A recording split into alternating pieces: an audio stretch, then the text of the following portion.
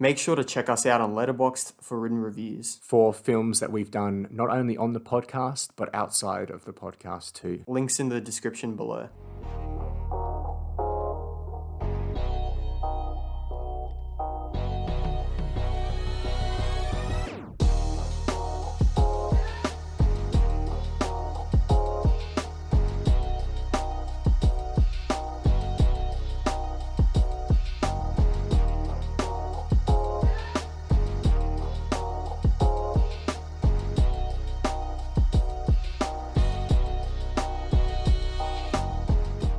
Hello, everyone, and welcome back to the Rewatch podcast. My name is Samuel, And my name is Jaden. and this is a podcast where we usually talk about a certain film and decide whether it deserves a rewatch from you. But there's been some pretty interesting news lately on the DC Comics front, with James Gunn taking over the reins of the DC universe after Black Adam was released, pretty much. That's when it sort of coincided. That's when it happened. And we've seen some major changes going on at DC Comics, and we wanted to go through his recent announcement video to give you our thoughts. Yep. Generally, Jaden, what did you think of the video? It's hard to unpack it all, and I mean, look, it's nerve-wracking to say the least. Very few of these announcements have me anticipating them or even having faith in this new universe. It's not even started, and it seems like it's just gonna fall flat on its face. Who wants to see the Authority, man? No one. What is the Authority? What is the Authority? Yeah, well, that's what a lot of people are going to be saying, but we'll get into that in a bit. Yeah. So James Gunn, he made this 5-minute video. It's kind of very similar to what Kevin Feige does, but what I found was interesting between the two approaches was that Marvel usually announce stuff with an audience. They usually do it at a big event or something like that.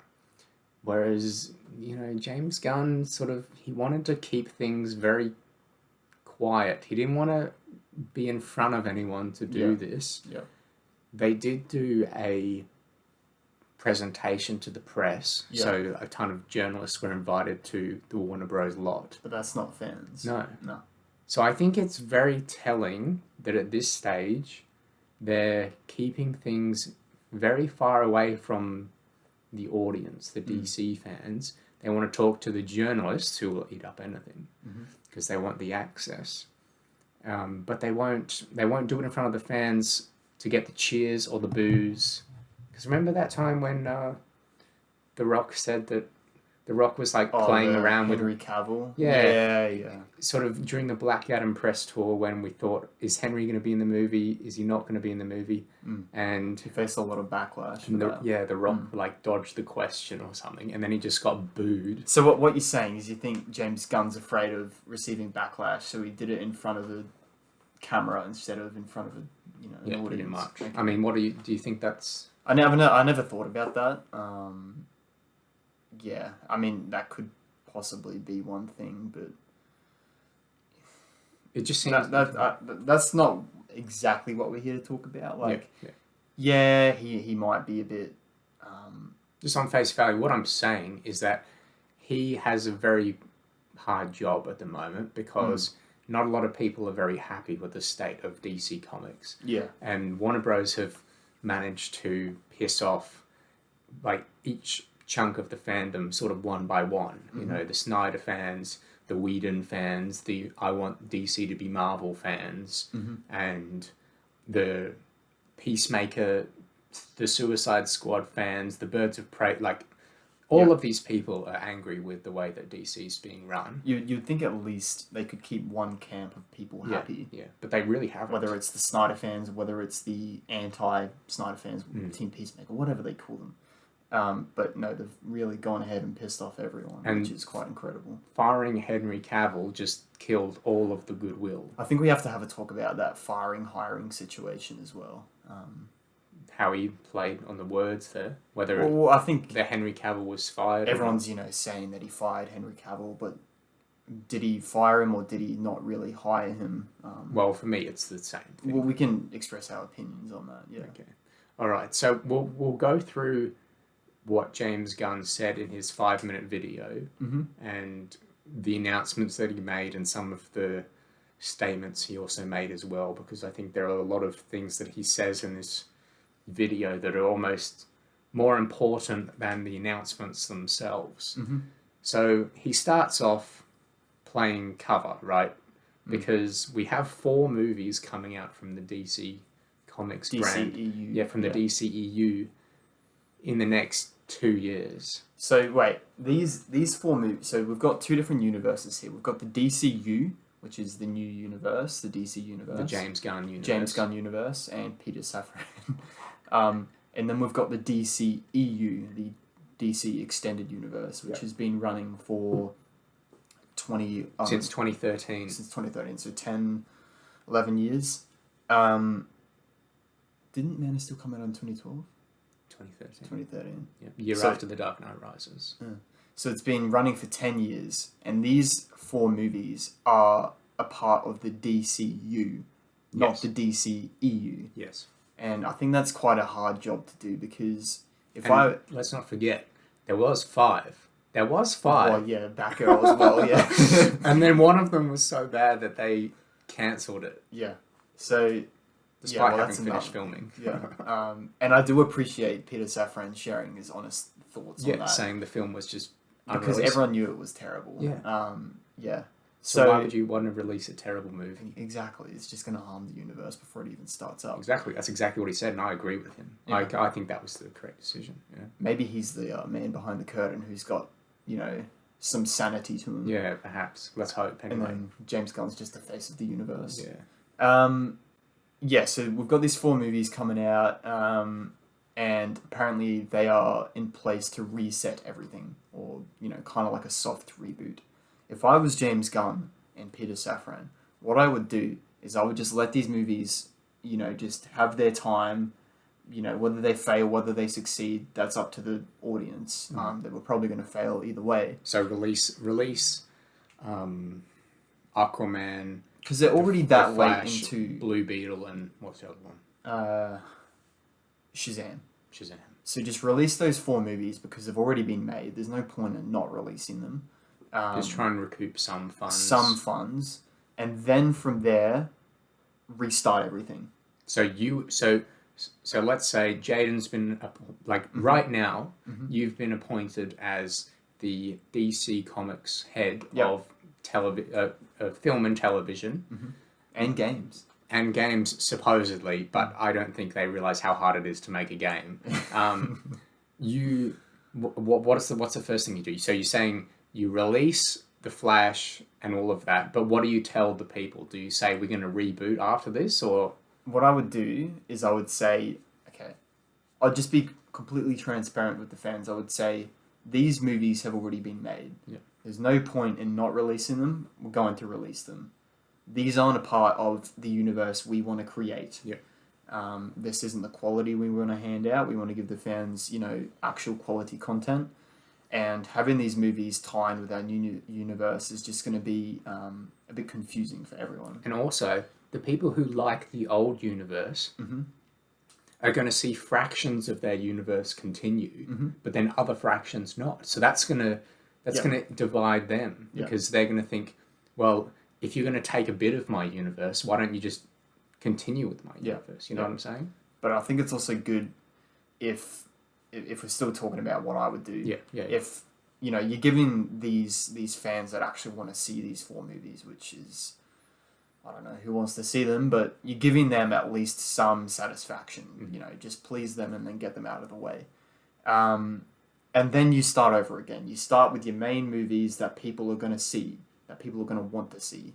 The fact that the authority is in that question and in that conversation, I mean, that's going to lose money already. I mean, that's a film. So And that's a movie. We'll see the box office numbers for that. Yeah. We'll see whether it's a success or a failure. But I want to get back on your plan. Yeah. So you've rebooted the universe. Fresh slate. Yep. I would So no actors from the previous no universe. actors, no actors. Completely hitting the reset button. Mm-hmm. What's your first movie? I would Or is either it a TV show? no, Or- not a TV show. Who would start on a TV show? It's either gonna have to be a Superman or a Batman movie. Yeah. You think, or maybe Wonder Woman, but I'm a bit skeptical about that. You have to think who are the main heads of the DC house. Who are the right? most popular? You have the Holy Trinity. It's Batman, Superman, and Wonder Woman. They're the 3. Mhm. So me personally, I would start with a Batman movie. I would love to see a Batman and Deathstroke movie. Unfortunately, if we're doing a full reboot, you can't bring back Joe Manganiello, Yeah. which that awesome would have been costume. awesome, man. Oh, my favorite costume. But we can't ever get that again. Yeah. Or maybe. Who knows? You never know with DC. You never know with never DC. really know. Yeah, so I would start with Batman, Superman, Wonder Woman, get those 3 movies out of the way, and then you would move on to sort of your next tier sort of ones where they're a bit sort of And who's in that tier for you? niche. I would like to see Green Arrow. Yep. I think The Flash is also there. Green Lantern. I don't mind that they're making that a series because I think that could function well as a series. Mm. And the fact that we've already had a movie of Green Lantern. Yeah. And it wasn't very well received. Yeah. So I think they should be making more movies than TV shows, but right now what they're doing is more TV shows than movies, which is just a bit concerning. So I would probably say maybe about a 6 to 7 to 1 ratio. So 7 movies, 1 TV show, and I think that's appropriate. That's what I would do. And then if you want to do one weird movie and test the waters with that, you can do your Swamp Thing or your Supergirl Woman of Tomorrow, something like that. But Later on. down the Once down you've the road, established, yeah. there's no way in hell I would do that before a Wonder Woman movie. Would you come out and tell the fans immediately, we're going to do 10 years of this, we've got a 10-year plan, or would you just come out and say, we're doing a Superman film, or, well, you would do a Batman film first, so you'd say, we're doing a Batman film, we want this to be the start of a universe, we're going to try and make it as good as we can, let's see how we go from there. Because it's you put a lot of pressure on yourself when you say, we're going to do 10 years of this. Putting like timelines on everything is just it hasn't worked out for Marvel as well. It hasn't worked out for DC in the past. And not for DC either. Yeah, I probably wouldn't put a timestamp on it. It just seems a bit unnecessary. I don't think anyone's going to be happy if you put a timestamp on it. Yeah. I don't think anyone's going to be upset if you don't put a timestamp on it. So I'll just be neutral and just not do it. Yeah. And now that I'm thinking about it as well, why do they even need to have this DCU? Like, they're doing well with these solo movies. Joker made a lot of money. The Batman made decent money. Yeah. Probably could have done better. But I think these movies are going to do better than any of these movies. Do they really need to follow in Marvel's shoes and make all of these interconnected movies? Well, let's not forget that quote that you sent me the other day from James Gunn himself, who said that the Elseworld movies, so the non-DCU movies, which will be Joker 2, the Batman Part 2, and Teen Titans Go or whatever. He said... Zack Snyder in it. He said... Zack Snyder's canon, bro, in the Elseworlds universe. So he said that those movies are going to be held to a higher standard than the DCU. What do you make of that comment? That seems like a Kevin Feige unmasked moment. Like, that's something Kevin Feige would say behind the scenes, but he would never say that to a member Why of would the you press. say that? It's like saying we've got these writers, Yeah. but we're purposely not letting them perform as well as the writers on the Batman and Joker number 2. So it's like stupid.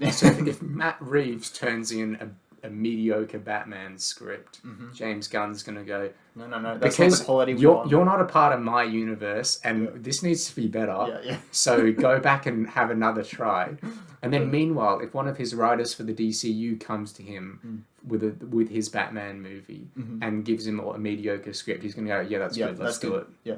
And the problem with this is That just seems such a bizarre statement to me. Like, why would he say that? because he said that, it's kind of like they've sent they've set the benchmark for the low for the DCU, right? Yeah. Like when we know we're not going to get a good movie because he's said this is the quality that we are expecting. And he's saying that the Batman is going to be a higher standard than... So no movie in the DCU is going to be better than the Batman. That's what he said, technically. Yeah, or that it has to be...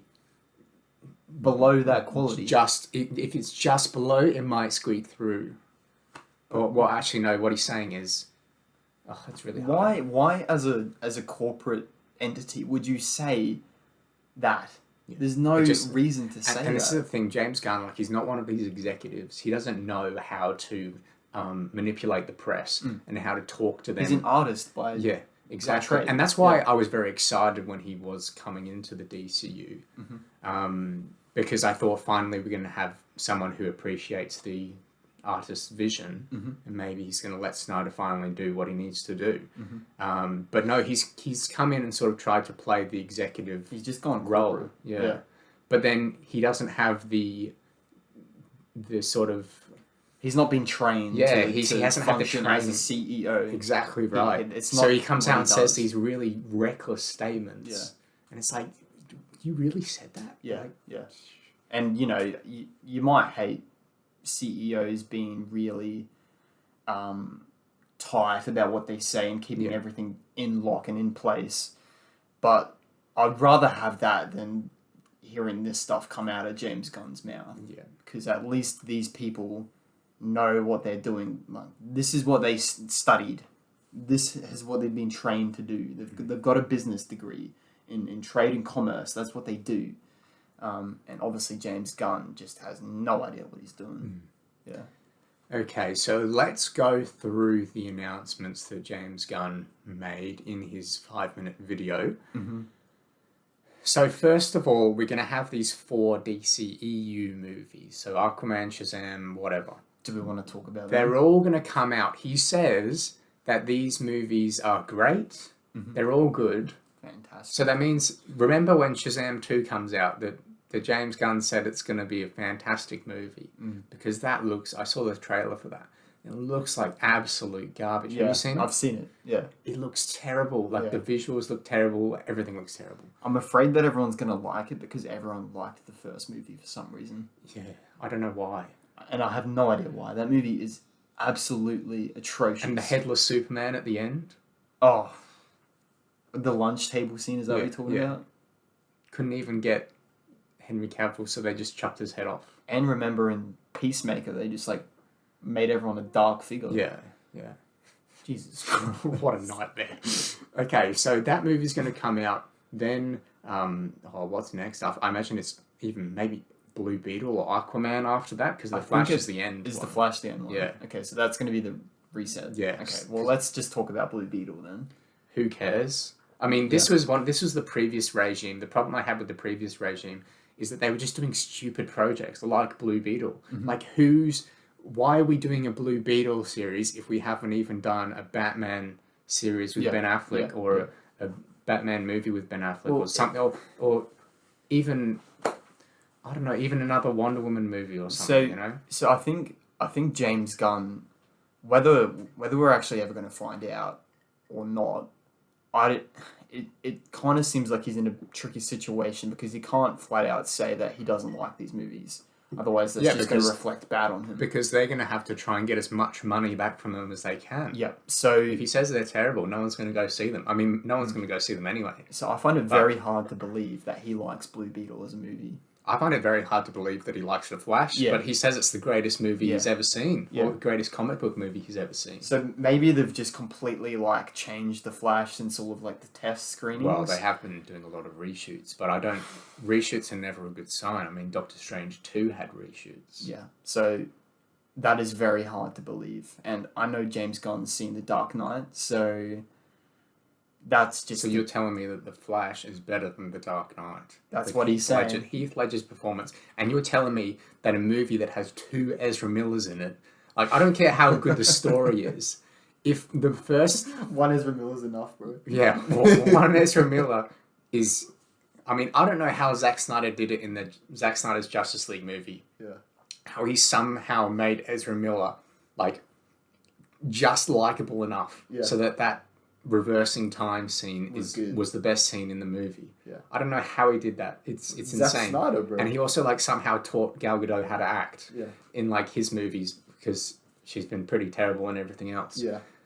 So I don't understand it. I don't understand. Yeah. So the Flash. So Aquaman 2 is going to come up before the Flash with Jason Momoa. Mm-hmm. God Which knows still has what's happening with him. Yes, Amber Heard. which has Amber Heard in it still. Yep. So Amber Heard's still going to be the love interest in Aquaman 2 because they haven't said anything, which means they're hoping that we forget about it. It's just incredible that they keep these figures, you know, Ezra Miller, Amber Heard, but they can people that are genuinely, you know, attached to the DCEU, like Henry Cavill, who actually care about these stories. The man that started the universe. Yeah. And let's not forget, The Flash has had reshoots, and Henry Cavill's been doing reshoots. Did reshoots. He was in it, and they took him out again. And then also Ben Affleck, remember, did some scenes for Aquaman 2. But it's been reported that those are out, because do you remember that announcement when him and Jason Momoa were found on the Warner Bros. Set? I do remember and he was that. in the black sort of suit, like the Bruce Wayne suit. Oh, that was so hype. Yeah. I was like, let's go. I'm going to go see Aquaman 2. Yep. Not anymore. Because they're going to take him out. Yep. So it's just like this constant, like, we want to put them in, we want to take them out. If you're going to end this DCEU, which they are, no matter what James Gunn says about his language, put all of them in it. Like, give us Henry Cavill and Ben Affleck on screen together for one last time. I don't care if the scene doesn't make sense. I just want to see them. You know, that's the only thing that's going to get me in the cinema to see these movies, because they're useless apart from that. It doesn't make sense that we've got, you know, all these other actors. So if it's not going to make sense, make it not make sense 100% of the time, if that makes any sense. Yeah, 100%. Yeah, it's just a bit confusing, and it's like guaranteed to lose money. Why would you do it? You're going to lose money. Yeah. Maybe it's a sort of thing that we just don't really understand the full mechanics of it and what's going on behind the curtains, like whether Henry Cavill and Ben Affleck have been kind of rebellious against the, you know... I mean, I wouldn't be surprised. I wouldn't be surprised, because I feel like they're the only ones that have been. You know, Jason Momoa, Gal Gadot, Ezra Miller. Because they have nothing else. They're not, like, established. They've all been completely silent about what's going on. Because their careers were made in the DCEU. Yeah. And to be fair, so has Henry Cavill, but he's also gone off and done great stuff like Mission Impossible Fallout. Exactly, yeah. So he's a star on his own, and so is Ben Affleck. Ben Affleck does not need... Ben Affleck had to be convinced to join the DCEU in the first place. Ben Affleck can go without it, bro. Yeah. Yeah. He's got better things to do. To me, it kind of seems like corporate has kind of said, we've had enough of you two. Yeah. We're not giving you guys your final chance, but we'll give all of these other people their chances because they've been nice to us. Yeah. Whether we'll actually know even that. Amber Heard. Yeah, even Amber Heard, who's been on trial and just had a reputation trashed on trial. Yeah. Like, I don't think anybody... Is she going to get canned? Is she going to be in the DCU? Oh, in the new one, you mean? Like gosh. I mean, you never know. Because we don't have any Aquaman content. And how much can the Flash realistically, fix? Yeah, so James Gunn's words were that the Flash resets the DCEU, or he resets the universe, which was the plan for the previous regime, because they wanted to get rid of Henry Cavill. They wanted to put Supergirl, you know, Sasha, whatever her name is, and Batgirl. They wanted them to replace the men, and then move forward with their Justice League, which would have Batgirl, Supergirl, Blue Beetle, and Gal Gadot's Wonder Woman, and Aquaman. So that's what they were trying to do. So it seems like James Gunn's kind of come into that movie to try to manipulate it for his own sake. But I think it would just be easier to just say, regardless of whatever the Flash is, it's not the same universe. We're rebooting it. Yeah. But then that would mean that James Gunn can't take people who he's worked with before and bring them into his now universe. Yeah. And so maybe that's the trick. Yeah. You know, maybe he had to have this movie to explain his new beginnings because he wants to keep these actors that he likes. Yeah, like Viola Davis from the Suicide Squad, who I think is a great Amanda Water. Yeah. Great actress. Really, really great. But the thing is, if you're going to reset it, you have to lose. You have to lose as well. You can't have your cake and eat it too. There's got to be some consistency here. There's got to be sacrifices. If you're going to sacrifice Henry Cavill on the altar, then you have to sacrifice everyone else as well. The good and the bad has to all go. But what he's deciding to do is take what he likes, not what the fans like, what he likes, and move forward.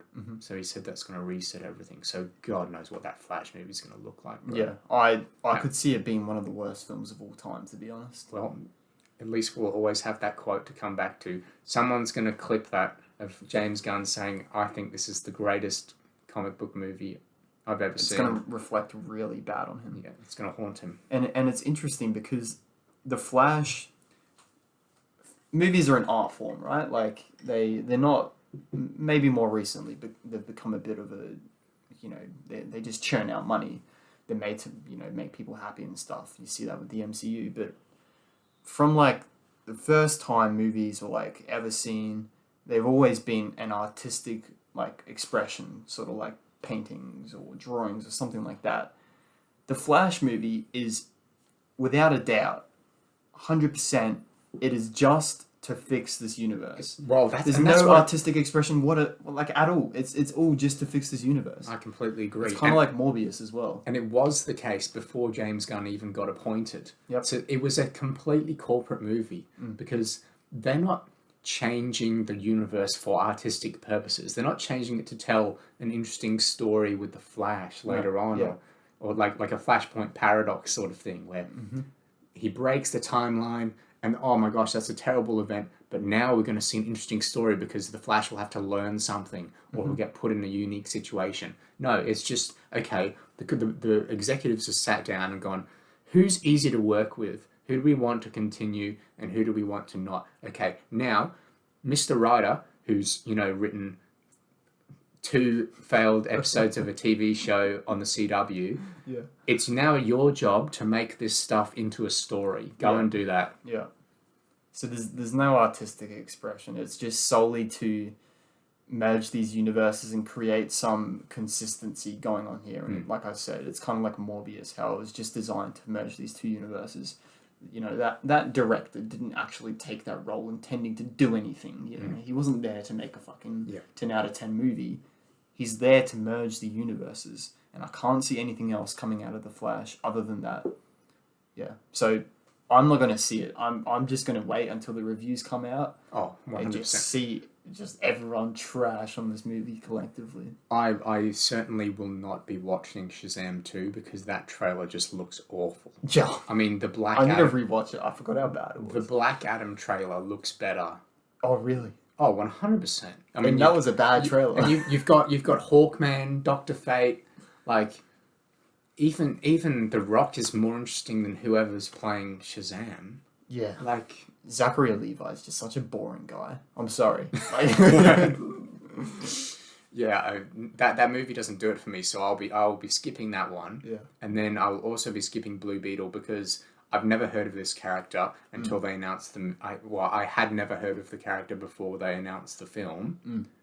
And I don't care. He has the powers of a beetle, I guess. Of a blue beetle? How lame! Like, or he has a pet blue beetle or something. You know what's interesting as well? Zachary Levi. He went on record. He went on Instagram and he made a video that was basically congratulating James Gunn and saying, "Everyone, give this man a chance before you bash on him." Yeah, and now he's going to get fired. Well, he probably won't because he's being nice to him. Yeah, maybe that's how it works. Maybe it's just one big pyramid scheme. Yeah. And then you have Henry Cavill and Ben Affleck going on record and saying, "I'm done with this role. I'm sick of this. I don't want to reprise my role anymore." Well, I think Henry was open to. He was 100% open to it, but then Gunn said no. Back a bit. Oh right, with the previous. Originally, regime. He said, "I'm done. I can't do this anymore." So maybe that's just continuing through with people that we aren't seeing that are maybe just a bit behind James Gunn because there's other people involved in the corporation. It's not just James Yeah, Gunn no, and Peter yeah. Safran. There's co-CEOs, which means that there's a board. Yeah. So there's many executives, and they're the head. Yeah. So, So there's other people firing all behind of the these scenes. opinions out there. Yeah. Yeah. And those would be the people that said, "Oh, we've worked with Henry Cavill for the past 5 years. Honestly, he's such an issue with us. He comes to set and he wants us to make the best movie that we can. Yeah. And, Could you believe? And he's really into the source material, and that's a real issue for us because we hate the source material. So James, don't tell anyone this. Don't tell anyone that I said this, and make it seem like you like the guy, but just you can't do it. You got to bring somebody new in who owes their life to you and who'll do anything you want. A young 25-year-old Superboy." Yep. And then he can get on his knees and do whatever you want for him, you know? Yep. Like, he'll pray to you and follow your every command. Because he's got nothing else to rely on. Exactly. But then we're not going to get established actors in this universe. We're going to get, like, 25-year-olds who've never had a role. Yeah. So, okay. Now, let's get into what James Gunn has planned. So, the first thing that really comes out of this universe, because James Gunn didn't create anything else up to this point, is Creature Commandos, which is an animated TV show. And Is this chronologically? yes, Okay. well, yes, and this is how he announced it in the video as well.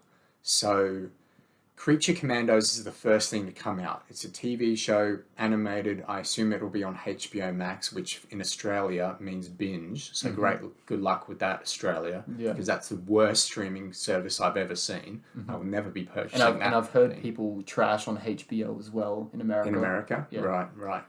And so that's coming out. It's described as a Suicide Squad knockoff sort of thing. Weasel is actually returning. Yes. James Gunn's brother, don't forget.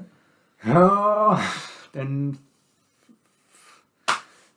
then we also have apparently Rick Flag's dad is one of these people. So he's the guy, the human guy in the team. It's just another Suicide Squad. Yeah. Are you excited for another Suicide Squad? No. I've had enough Suicide Squads. Why do they keep making these movies when they don't make any money? Yeah, that's a good. The first one made some money, didn't it?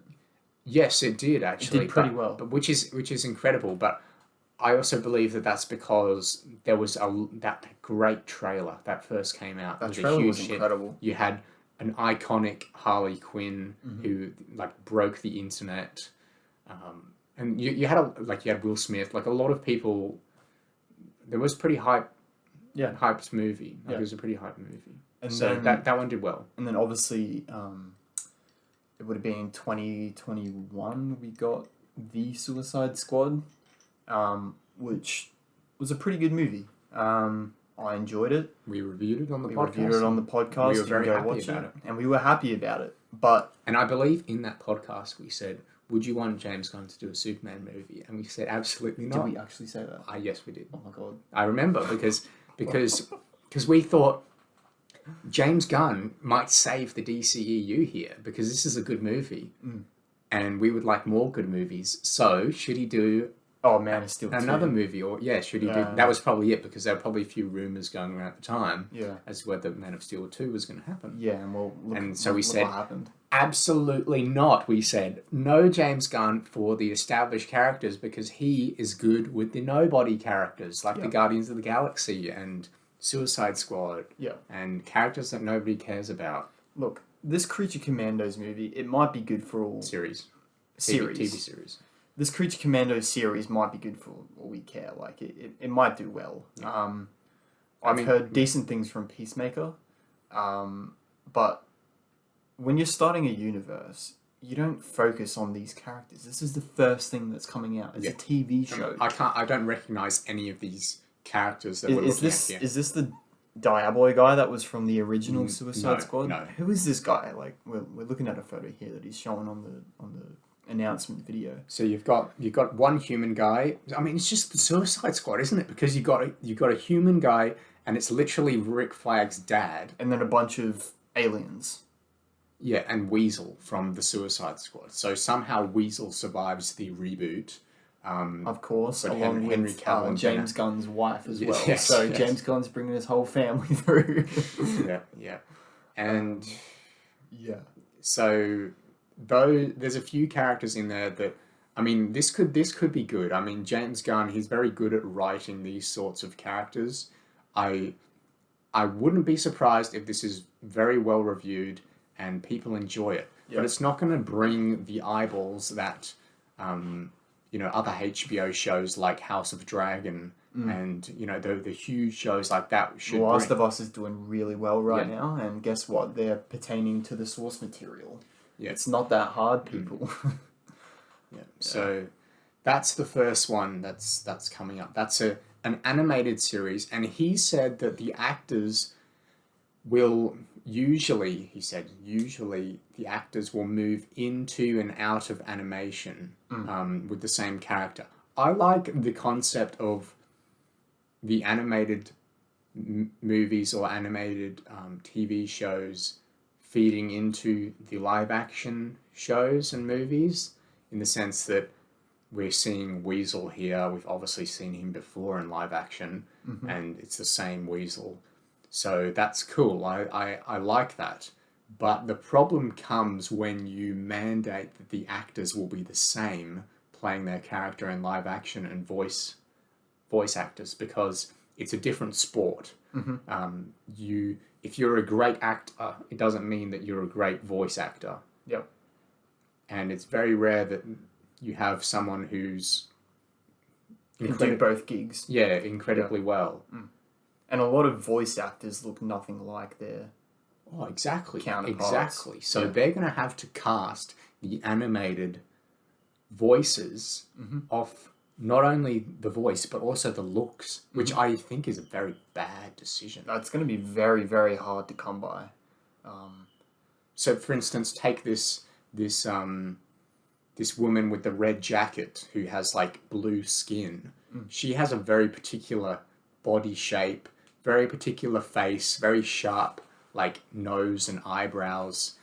So it could be very easy to cast someone to play her voice because you can just get someone who has a voice that you think fits this character. But no, you have to also cast someone who's got a very slim build, who's going to be okay with getting blue makeup put all over them, who doesn't have a problem dressing this way. Yep. And that's a very difficult thing to do. Yep. They've just narrowed down their pool of potential actors and actresses that they can have by like 95%. Yeah. So good luck to them to find anyone that's willing to participate in this and give a decent performance. In a perfect world, I think this would be really cool. If you can find all of these actors that look the same as their animated counterparts and they're going in and out, that could be really cool. But in reality, I don't think it's going to work. I'm all for this, but they shouldn't be doing this first off the bat. Do this down the line. Right. Way too early to be making something. Well, they're like obviously doing an animated TV show first because that's the quickest they can do anything, So, but take their time, yeah. Like, don't just churn out movies because you need to churn out movies. So next we have Waller, which is a show which will feature Team Peacemaker. So I'm assuming that means John Cena as Peacemaker and Mr. Gunn's wife, who is not a good actress. She's just there. She's just being cast in... She was in Black Adam, for God's sakes. Was she actually? Yeah. She shows up and she's like, thanks for stopping by Amanda Waller's office or whatever at one stage. And just like, gosh, that's your one line. And it was bad. So we're going to have Waller, which is a live action TV show. It's going to be played by Viola Davis, who we've said before is a great actress, but she was in the DCEU. Yep. So it's going to be confusing to people. It already has been confusing to people. Who survives and who doesn't. Maybe we'll find out in The Flash. Oh, God knows. And what do you think about this TV show as a concept? when you think about the premise of it, it's just another Suicide Squad. Yeah. It's the same stuff. It could just be called the Suicide Squad, right? But they can't call it that because branding issues. We're getting Creature Commandos, and then we're getting Waller, which are essentially the same concept. That doesn't sound creative to me at all. How about you do something new that people want to see, and that is creative? Waller isn't that. I'm all for Viola Davis. I think she's awesome, but I don't want to see this at all. Especially considering it's another TV show. 2 TV shows back to back. Where's our first movie? And I find it interesting that they haven't even used a photo of Viola Davis herself in costume or something like that for this announcement. They've used a comic strip, because if they were to use a Viola Davis photo, they'd have to get it from the previous movie. So that would just confuse. They think that would be confusing. Yeah. But the fact that she's in it is confusing enough, you know. So I just find the optics of some of these things very, very odd. He's like gone about it in the worst possible way, like rebooting this universe. Like, why have you made it this hard for yourself? If you pull it off, props to you, like huge props. You've done it, but I can't see this happening ever. So also good to note, Creature Commandos is being written. It has been written by James Gunn, Of course. which will mean that he'll probably direct it, because I don't know who would want to direct James Gunn's writing apart from the man himself. And then this Waller TV show is being written by Crystal Henry and Jeremy Carver. Okay, Let's pull up their catalog. let's pull up their IMDb. So Crystal Henry was a writer on Watchmen. That's what he said in the video, right? And so you think, oh, the 2009 movie from Zack Snyder. That was a great film, really true to the source material. Epic film, loved that. Oh, sorry, you mean the writer of the Watchmen TV series that came out in 2019, which is completely despised by fans. Yeah. It's not in line with the comics. It was given a season 2 and then cancelled. So as in, like, they said, it's coming back for a second season. Actually, no, it's not. We cancelled it. I wonder why as well. And it was all race swaps and disobeying the law. So this is the person, and she hasn't done anything since 2019. And look at this. It's one episode. She's written. She was a writer of one of the episodes. How many episodes are in that TV series? I'm assuming more than like one. At least 8. Yeah. So and she hasn't actually done a lot. Like looking at her writing credits, and I don't know any of these shows, and none of them are good. Some of them are like your standard, like, I'm a firefighter every week, and you know the stuff that middle-aged mums watch. Yeah. But there's no correlation to DC apart from the Watchmen, from what I can see here. So she's one of the writers on this series called Waller. How do these people get these gigs, man? The next one is Jeremy Carver, and he is most famous for Doom Patrol, which went from 2019 to very recently. It was just I don't even cancelled. know what Doom Patrol is, man. Exactly, and it's been going for the past 3-4 years. Yep. It's a 7.8, and so I can't imagine. And he wasn't even a writer; he was a producer on that. So he wasn't a writer; he was a producer. He's a producer on everything. He's a producer of Supernatural, which went for 158 goddamn episodes. That's incredible. The amount of episodes that he supposedly was involved with. So he's producing these. He's not a writer himself, but apparently he's writing this. Let's see. So he's got 7 previous. Oh, so he did write Doom Patrol. He did write some episodes of Supernatural, but those aren't good. You know what I'm saying? Like, if they're gonna hire someone, why not hire someone that has actual talent, or at least worked in the comic book space? It's because in something successful, It's because no one wants to give these people. No one good wants to be involved with these projects, and we've said this time and time again. They don't want to be connected to these failures. So they get these nobodies that they can pay less money Yeah. and churn out a pretty average series that'll scrape by. So that's, remember, we're going back to the quality, the whole quality situation where James Gunn's like, Elseworlds is going to be better quality than this. Because Matt Reeves is writing. Because people that actually have talent are writing those movies. I mean, can you imagine if they just said, you know what, Matt Reeves, the Batman was good, but I'm sorry, we're not going to continue it anymore. We want you to write our Batman movie for a different Batman. He'd be like, no, I'm not doing that.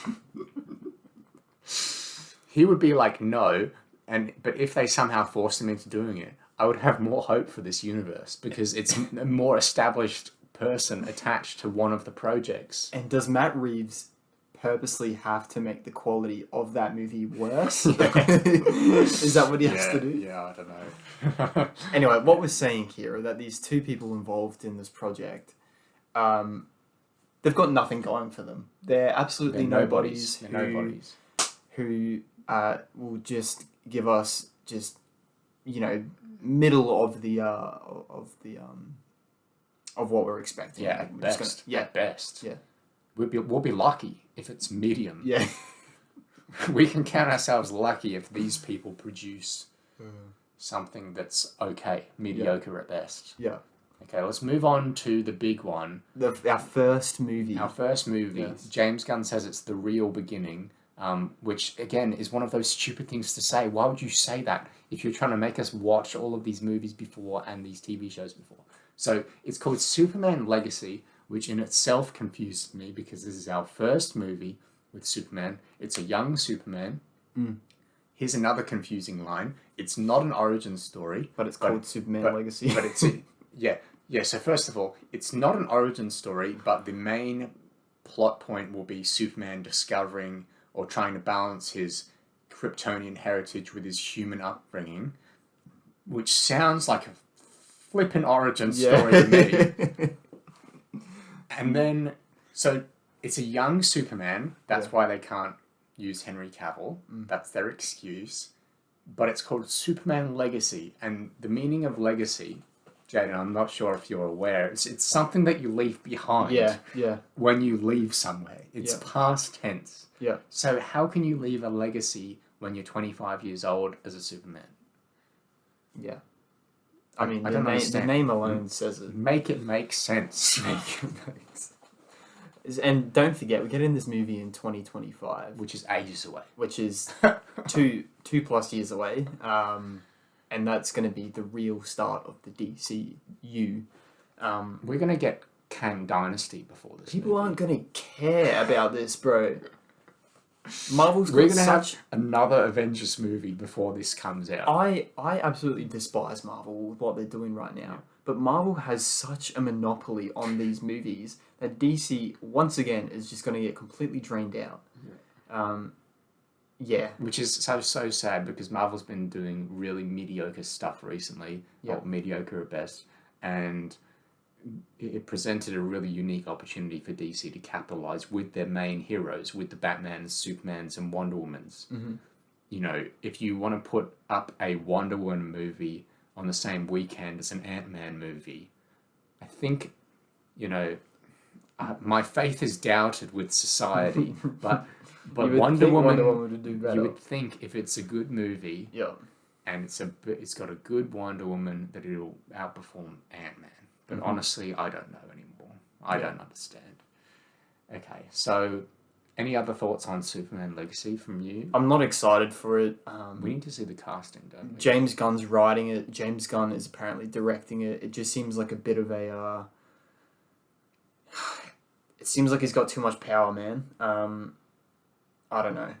I think there should be some separation in terms of if you're leading it, then should you really be directing it? There has to be some separation in terms of the directors and the people that are sitting at desks. Yeah.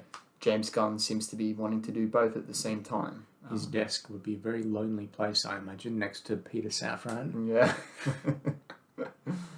What's up next? We've got Green Lantern. Now, this is something that I am looking forward to, if it's good, because we've been promised a Green Lantern show for a long time. but it's been in development hell, and they've finally scrapped that and started a new one with the actual green actor, the Green Lanterns that we care about. With Hal Jordan and Jon Stewart, Finally. which are the two ones that everyone wants to see. Yep. And everyone wants to see, Guy Gardner, who's the one who's a homosexual, and they want to see Kilowog, who's the pig Green Lantern, and that's all cool. Yep. I want to see all those too, but I don't want to see that one first. I want to see the main ones first. You want to see the people that, you want to see the characters that people want to see. Like that's what's going to make money. That's what people want to see, and they're finally doing it here. So they've done something right. This is the first thing they've done right. Yes, and if we can get a good Jon Stewart Green Lantern out of this universe, then maybe. Who would you want to play? I honestly can't think of many, actors. I think Terrence Howard would be pretty cool. Yeah, it would be, but he's probably a bit too old now. I see Jon Stewart has got to be 30s. He's not an old guy, but he's not young either. He's mature, So you can't have someone who's 25. He's got to be big. He's got to have a presence about him. I'm thinking that they're either going to cast Michael B. Jordan. I would actually vibe with that. You would I would vibe with that, but he has to put his acting on. Yeah. He can't just be Apollo Creed. Yeah. But he's got the look. That's what I'm going for in terms of the look for Jon Stewart, Well, Jonathan Majors could do it as well. Yeah, that's what I was going to say next. He would actually be better. Mm. So forget what I said about Michael Jordan. Let's have Jonathan But the thing Majors is, my guy's like Kang Dynasty or whatever, so these will be coming out at the same time. Yeah. So he'll be busy. He's going to be booked. Yeah. So that's a shame, but that's the look that you need for Jon Stewart, in my opinion. What do you think about Hal Jordan? A lot of people saying maybe Chris Pine. No, don't give me Chris Pine. I don't want to see more Chris Pine. Harry Styles then. Hell no. Hell no, bro. When you think of Hal Jordan... Well, you got to do someone, otherwise it's going to be Tom Holland. Yeah, I don't want Tom Holland. Yeah, there's a few different interpretations of Hal Jordan, but yeah, I don't know. I think you could go with an unknown. You probably could here, but I think you could find someone that's sort of, that's got some experience behind them, that's, showing that they're capable, but it's not a big name. I just can't really think of any that really come to mind. I think people often overestimate the popularity of Green Lantern sometimes. There's a deep lore there behind the character. I personally don't really care that much about Green Lantern. Yeah. So, all right. So we're going to move on next to what I think will be the first colossal failure of this DC universe. I would have thought it would be one of these ones. No, but you see, the thing about the TV shows, which Marvel has done so well, is that you don't have to release any numbers of the TV show. Yeah. So what you do is, when Obi-Wan Kenobi comes out, after the first episode, you say it's the most viewed episode of any series that's under 30 minutes ever in Disney Plus history. So you set the narrative that it's successful. And if those ratings go off a cliff, you don't have to tell anyone about it. If 3 people watch the final episode, you don't have to say anything. You can still say that it was a success. Well, that's mainly because the box office is an independent corporation. Yeah, exactly. So they keep it, they keep numbers of all the ticket sales and stuff. Whereas HBO and DC are partnered probably, so they're not going to release anything that paints them in a negative light. And that goes with Amazon and Lord of the Rings. For instance, Marvel Lord and of the Disney Rings, Plus for and instance. stuff like that. They said it was the most popular first episode premiere or something. They make up these things.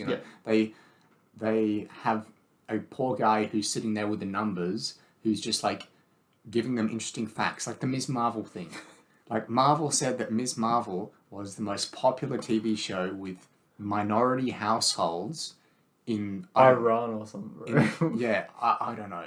They said something like that, and then they used that as a driving force to set the narrative that it was a success. So, if the executives, if Peter Safran is a smart man, he will release a statistic like that for Creature Commandos Yep. and Waller. Yep. And so there'll be a narrative that it's building momentum here. We've had two good projects, and then we go into a Superman movie. Mm-hmm. Then we go into a Green Lantern, which I'm sure will be much more popular than the previous two shows. Mm-hmm. So they'll say, this is the most popular show so far in the DCEU. People are loving it. Building up all of this hype before their really first...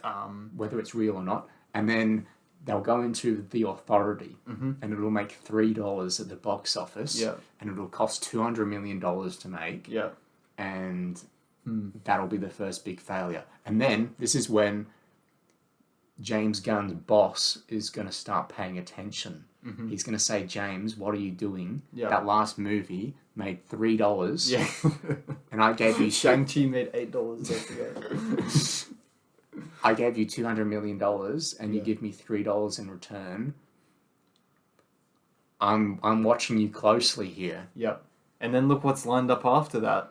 Paradise Lost, another TV show, which is supposedly about the Themyscira warriors. Apparently it's like Game of Thrones, Jaden, so it must be good. It's interesting how they've sandwiched the Authority in between two big name heroes. You got Superman and Batman.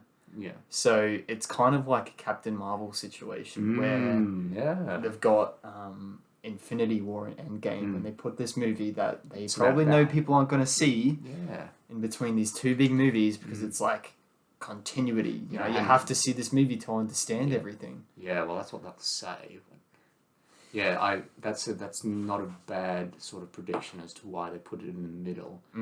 So Paradise Lost is about the women on Themyscira, which is where Wonder Woman was born, but there was no mention of Wonder Woman apart from that. So presumably Wonder Woman's not going to be in this. It's going to be like a 3,000 years ago TV show. So that's worked out for Star Wars and such. Yeah, so I'm not interested in that. And also, they say it's going to be like Game of Thrones, but Themyscira is a united island. It's an island of just women, and they're all in the one culture. And sure, if they if they disagree with one another, they just leave the island, and they're disgraced. They can never come back. What's the real plot line here? Is there any actual content that they can make out of this? There's going to have to be some external thing that comes to Themyscira. If it's just women in Themyscira fighting each other, well, then I don't think that's going to be particularly interesting because, first of all, that's not what Themyscira do. They're united. You know, that's the interesting thing about them. They're all together in a united culture, and that's so cool. And Wonder Woman's there, like kind of the leader. So I don't know. They say it's Game of Thrones, but it's very easy to say something's going to be like Game of Thrones before you've even written it. So let's move on to the Batman movie, which is The Brave and the Bold, which is based off a Grant Morrison comic run. And Grant Morrison has good, like he's one of the most... He's an established writer. Yeah, he's one of the most notable comic book writers. So I'm pleased to see something established that's being worked in. But we're doing a Batman and Damian Wayne story. Damian Wayne is the third Robin, which means that this Batman has had Dick Grayson as Robin. Jason Todd. And then Damian Wayne. So who's Dick? Is it Dick Grayson's Nightwing? Dick Grayson becomes Nightwing, yes. We should have had Dick Grayson, man. Yeah. That's how you set this up. And then you could still do a young Batman if you had Dick Grayson as well. You could still do like a 25, 30-year-old Batman with a 17-year-old Dick Grayson or something like that. Instead of getting an old Batman and a young Damian Wayne. Who does Damian Wayne even become after Robin? No, he's always just Damian Wayne. Like, he's just... That's the thing. Like, Jason Todd's the Red Hood. Yeah. You've got and then Dick Grayson's Nightwing. Yeah. I honestly don't know who Damian Wayne becomes. I think it's just because it's such a story that's told later on in the continuity that after that, the comic run just ends. Like... So there's been nothing after his time as Robin. He's just always been Robin. I know Tim Drake is another Robin. Oh, we do have another one, that's right. He's the one. There's a few. I really only know the four, but I think there's a few after that as well. Yeah, but my concern is that if you were to ask me who my least favourite Robin is out of the main three, Dick Grayson, Jason Todd, and Damian Wayne, I would say that my least favourite is Damian Wayne because he is a 15-year-old whiny, like, just insufferable teenager Yep. who has ultra-violent tendencies. He's been trained as an assassin. Because he's from Ra's al Ghul. Yeah. But hey, if we can see a comic-accurate Talia al Ghul in this movie, maybe I'll excuse it. Yeah, it's just a weird... When I first heard the movie, it was kind of like, cool, we're getting, Batman and Robin. Sounds kind of cool. But why couldn't they have adapted Under the Red Hood or something with Batman and Nightwing, man? Nightwing and Red Hood are just such deeper better characters. Yeah. They've got more content surrounding them. Yeah. And that's what most of the fans believe. But you see, James Gunn's favourite is Damian Wayne, so that's the one we're doing. Because it's James Gunn's favourite. Yeah. Moving on. Booster Gold, a TV show. Yes, another TV show. Booster Gold is one of my favourite characters. I haven't heard of his name until yesterday, but see, I have heard of him before. Yeah, I think he might. Does he appear in an animated movie? One of them. Have you watched that? What animated movie? Yeah, one of the mediocre DC animated movies. No, I've heard of the character before. Right. Yeah. Right. I think this show, like the others, I think it could be good if James Gunn writes it, but it's not going to break the comic books space into two. It's not too many TV shows. It's not going to make an impact. And I think it's a good point now that we mentioned that the Elseworlds universe has their fair share of TV shows coming out as well. Yeah, we have the Penguin show. We've got the Penguin show. Which wasn't even noted in this freaking announcement. So there's multiple shows that they're releasing as well. Because I remember when the Batman first came out, and then it sort of did all right, and then they announced a bunch of, I think maybe 4 TV shows. They announced like an Arkham Asylum Penguin, and I think they shut down the Arkham Asylum one. And they merged some of them together. But what I'm saying is they've got their TV shows coming out as well.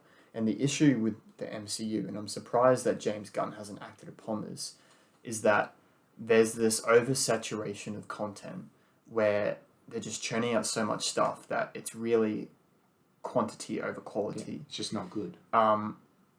Give us 1 or 2 TV shows that have, very good writing. They've got good people that are writing these shows, and they're putting effort into it. We've already talked about 5 TV shows in the first 8 to 10 years.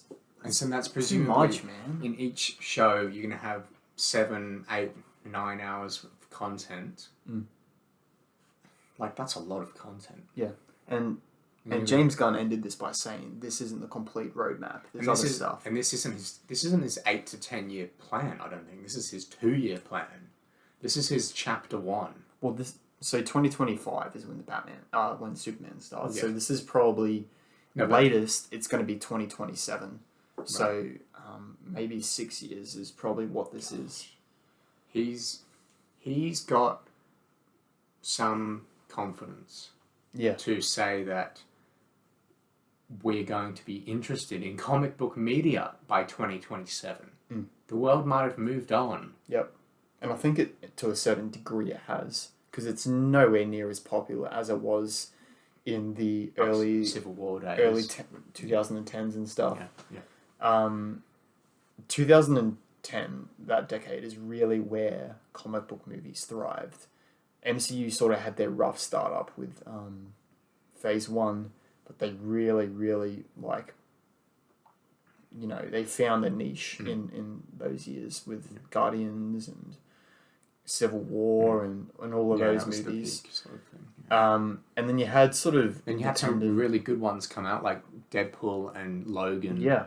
And even sort of the golden era. DC was doing good stuff around then as well. Yeah. I mean, you had the sort of end of Nolan's trilogy going around there. So that's where comic book movies have thrived, and it's very, like you said, it's very, very overconfident to say that these movies are still going to be succeeding in another 10 years' time. And that's why, for me, you have to go with your big guns. You have to put Superman, Batman, and Wonder Woman in the first few projects, because if you don't, we're going to be in the same situation as we were with the DCEU, which is we're doing stupid movies like Blue Beetle instead of doing popular movies that would push the universe forward, drive some interest into the universe.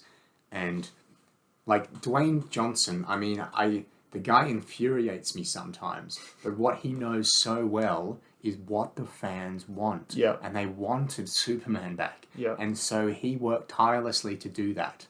And he did it.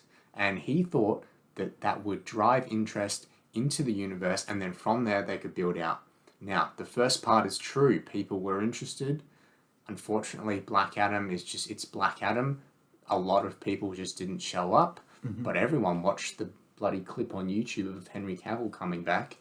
And then, when it came to the executives to move the universe forward, they said no. Yep. So that was unfortunate, but what I'm saying is that I think it's very, very overconfident of James Gunn to say that we're going to do a Booster Gold TV show, we're going to do a Waller TV show, the Authority film, and not you could put a Wonder Woman film in that Authority slot, and it would work perfectly. You've got Superman, because then you can go Wonder Woman, Batman. Then you've got Superman, Green Lantern, Wonder Woman. You can go back in time to do some history on the Wonder Woman Themyscira Island. Then you go into Batman. Yep.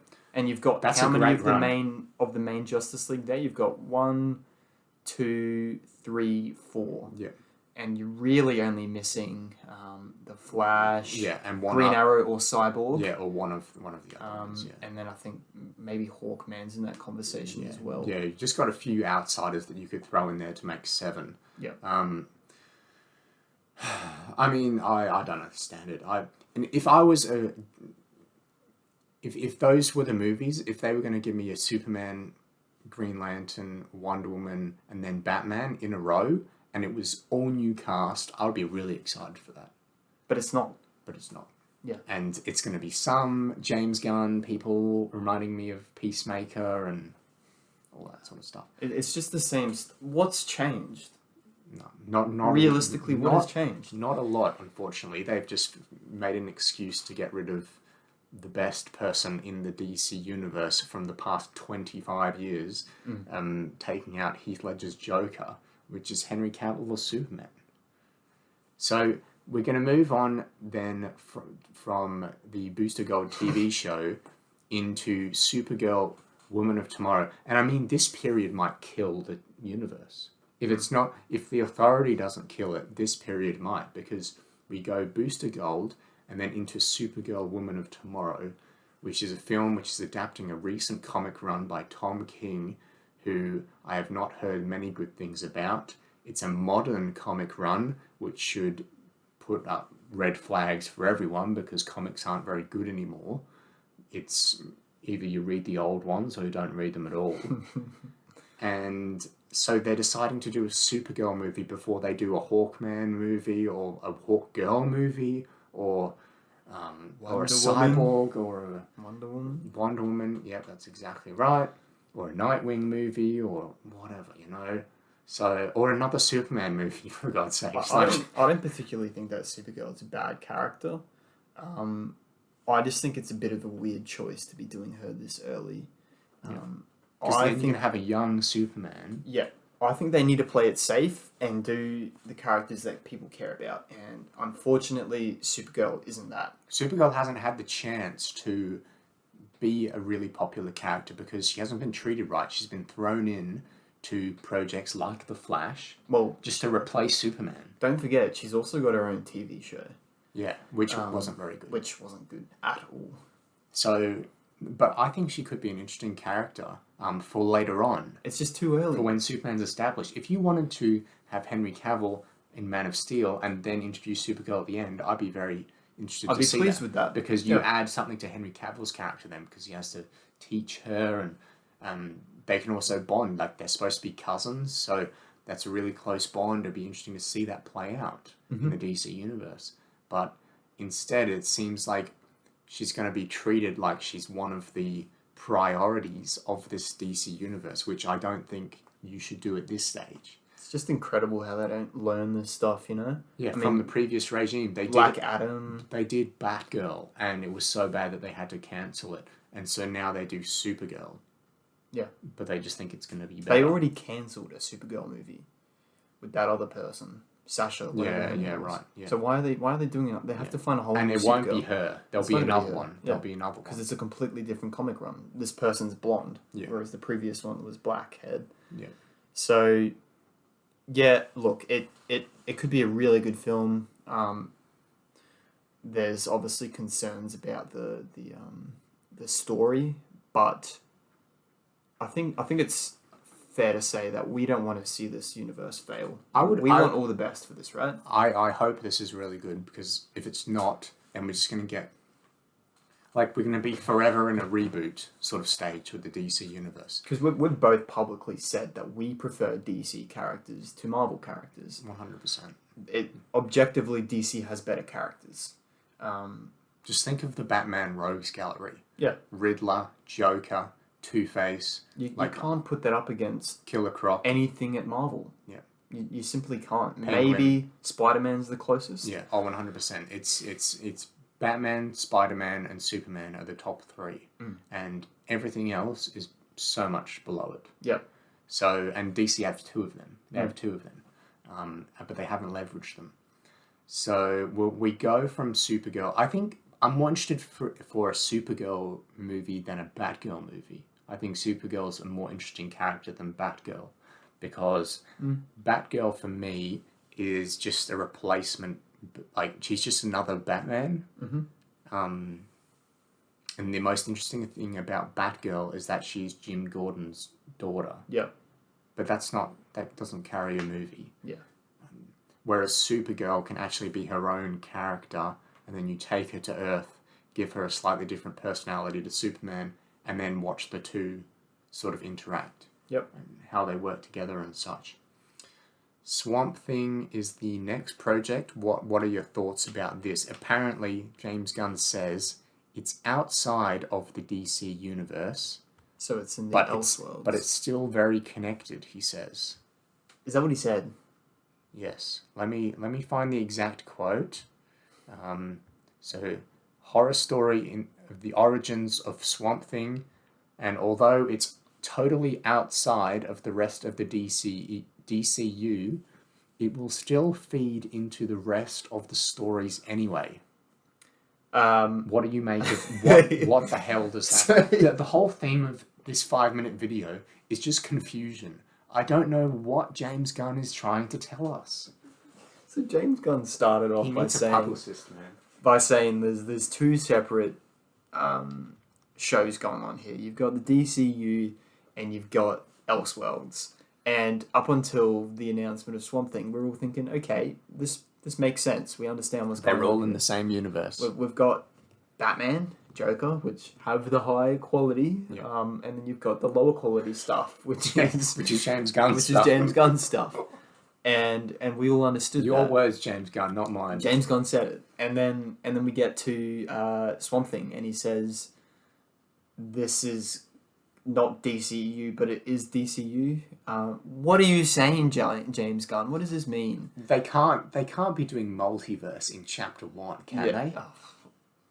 And as far as I'm aware, Swamp Thing's not like he's not like a multiversal. Well, I know for a fact that these directors attached to the Batman and Joker, they're not going to want any part to do with these movies. Like Todd Phillips and Matt Reeves. And they've publicly said that they won't continue if it's connected. Yeah.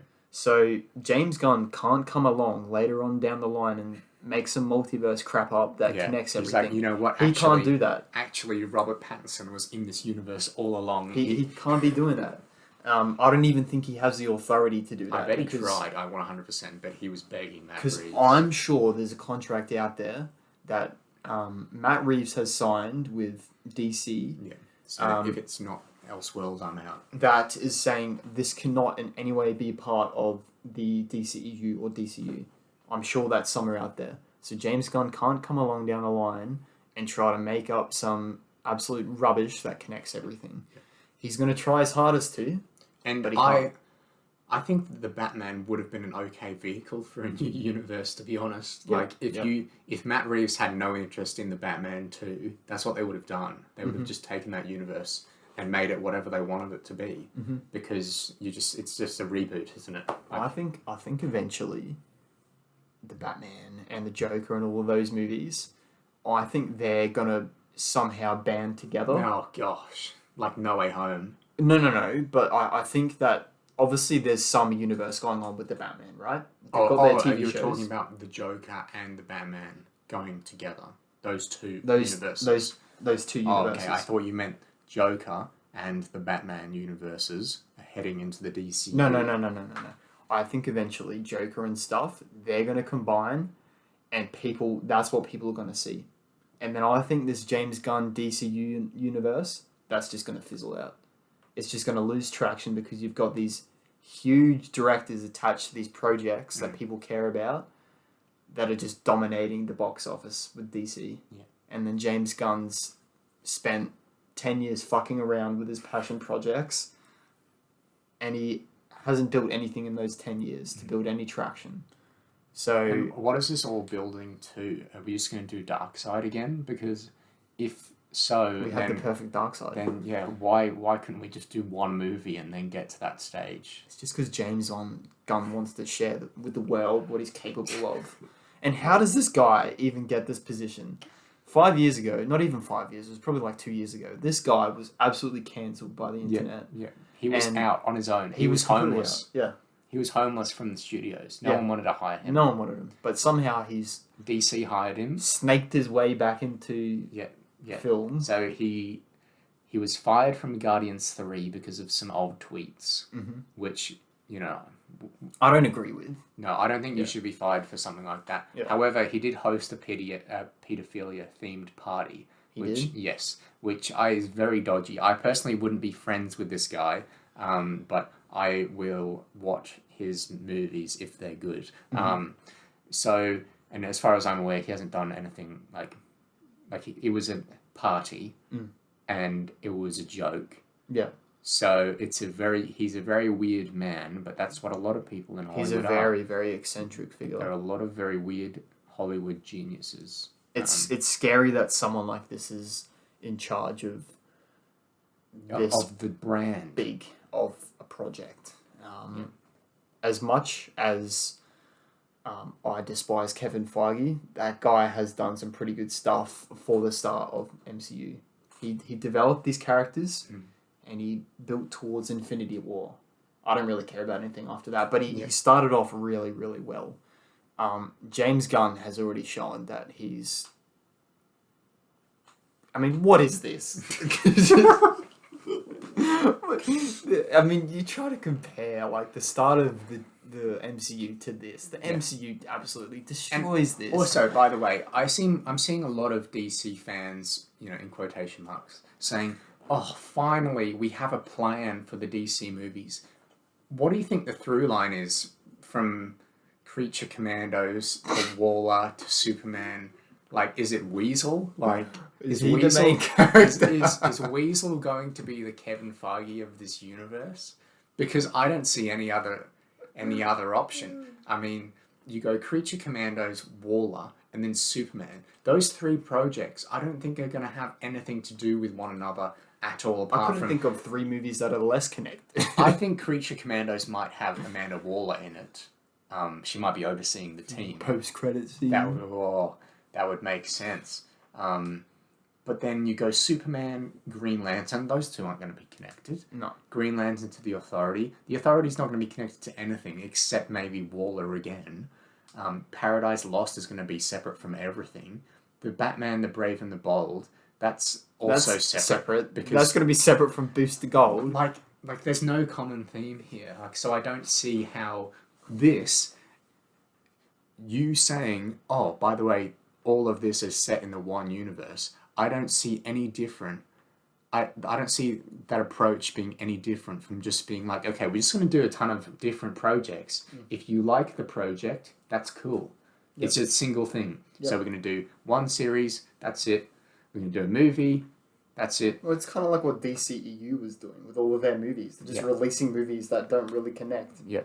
But now, in theory, they connect. But somehow James Gunn is going to tie all of these movies together.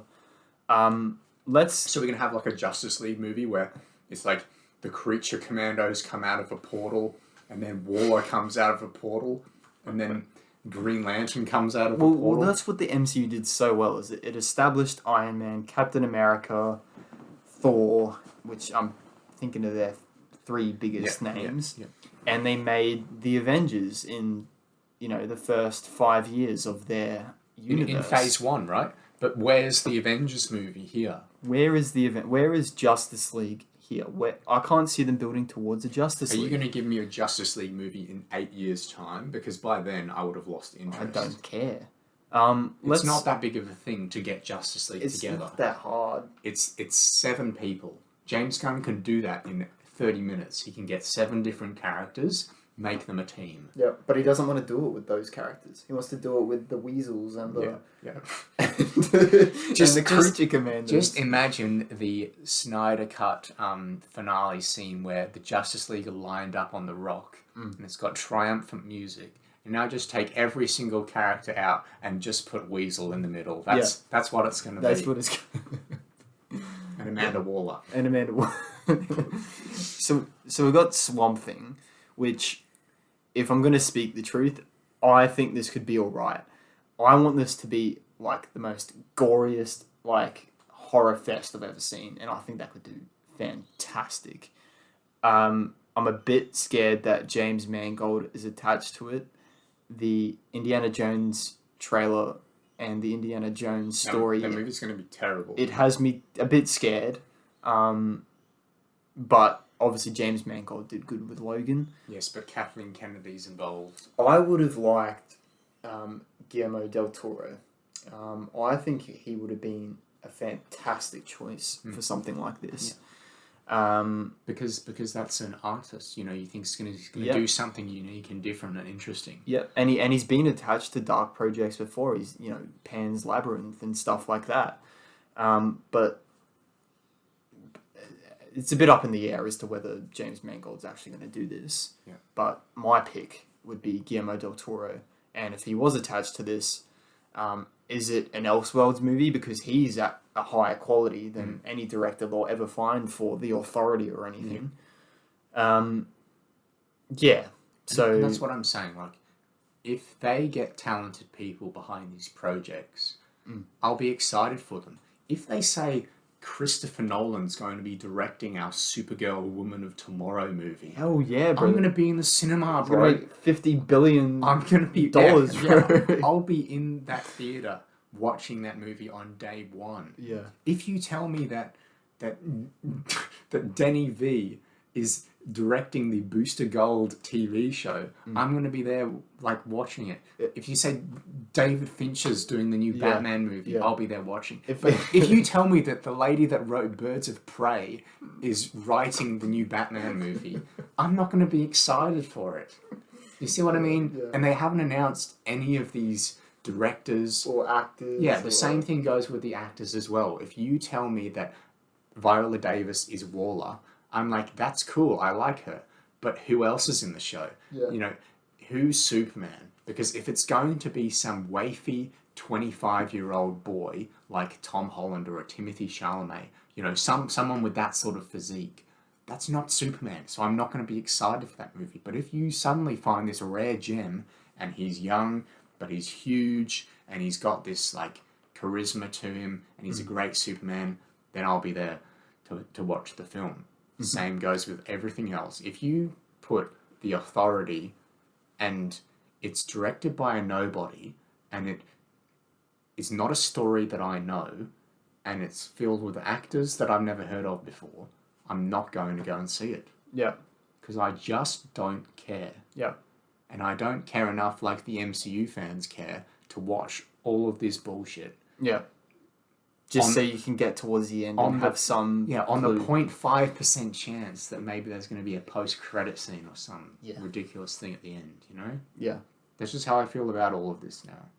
And what's the point? There's going to be a camp of people out there that do care and that will watch this stuff because all they care about is soaking it all up and you know having some idea as to the interconnectedness of everything. But that's not you or me. We don't want that. We just want good projects. Yeah. You want to sit down in the theatre and watch a good movie. And experience cinema. Yeah.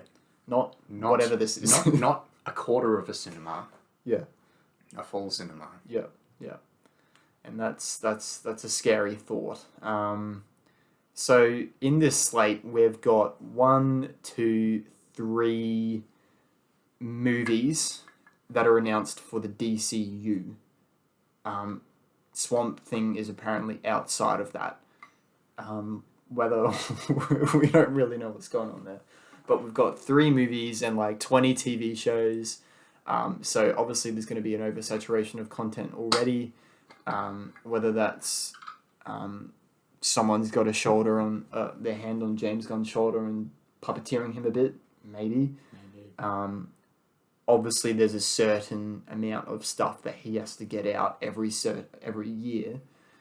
He's just not going to come out and say that because he wants everyone to think that he's in control, and that he is going to give the fans what they want. Yeah. That's not the honest truth of it. The bosses of James Gunn will be sitting around thinking, how do we judge whether to keep this guy? Mm-hmm. Like, what do we look for in his first few projects to keep him around for 10 years? I mean, that's a huge investment in the CEO. I mean, even like Netflix CEOs don't even hang around for 10 years. You know, it's pretty unknown that someone would stay at a company for that long. So they're putting a huge amount of faith in him. There's no way they would just say, we'll just let him do 10 years with our most valuable brand, and if it works, it works. But if the first few projects fail, we'll just let him do it for 7 more years. And then we'll cut him off. They're not going to do that. They'll cut him off after the first one fails. And a lot of people right now are thinking, oh my God, our savior, James Gunn, you know, he's in full control, he can do whatever he wants. No, that is not the case. Kevin Feige, even him, he's not in control. You've got 2 separate studios. So you've got Marvel Studios, which is involved with all of the movies in the MCU. And then you've got Marvel, which is in control of Marvel Studios. And Kevin Feige, he's just the guy that's making all of these Marvel Studios movies. Even he doesn't have a say as to really what's going on with the Marvel as a whole. So, you know, people that are out there praising James Gunn and, you know, saying, oh my God, you know, we're finally going to have what we want. That isn't the case. There's still people that are overseeing James Gunn that are really working behind the curtain, that are going to be controlling everything. It really comes down to that third project, Superman Legacy. If that movie doesn't make significant profits, this whole thing is dead. I just hope that if that is the case, we'll still get that Green Lantern show. And if he's smart, he'll release those very close together in case one of them fails and the other one harbors enough good faith to keep his DC universe going. Because if that Superman movie is bad or doesn't make money, it's done.